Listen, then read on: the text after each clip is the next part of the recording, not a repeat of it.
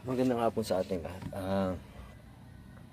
Ngayon ay nihiwalay natin yung ating maliliit na itong water lily sa ating tinatawag na azula, para kahit papaano ay both sila ay maka-benefits ng nutrients ng tubig.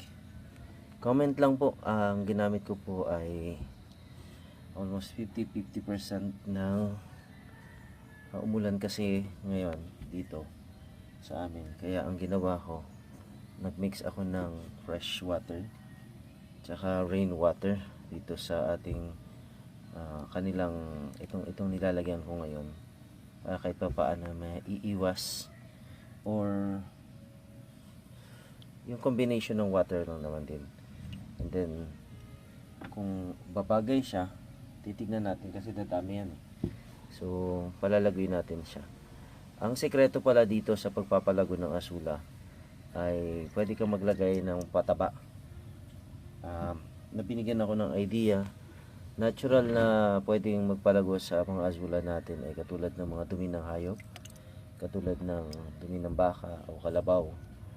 Yan yung madali magparami sa kanila. Ang gagawin mo lang daw ay kailangan mo siyang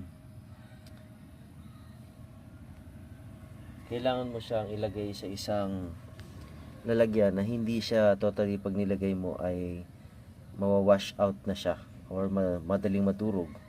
Ang kailangan daw ay parang naka-tight sealed siya na unti-unting lumalabas yung katas o nutrients, para yun ang magiging pagkain ng ating mga azula. Yan. So yan ay impormasyon galing sa isa sa mga fisheries na pinuntahan natin kanina. So siya ay nagbigay ng idea na pwede daw natin gawin yon, para yun ang magiging pataba o pagkain ng ating mga azula.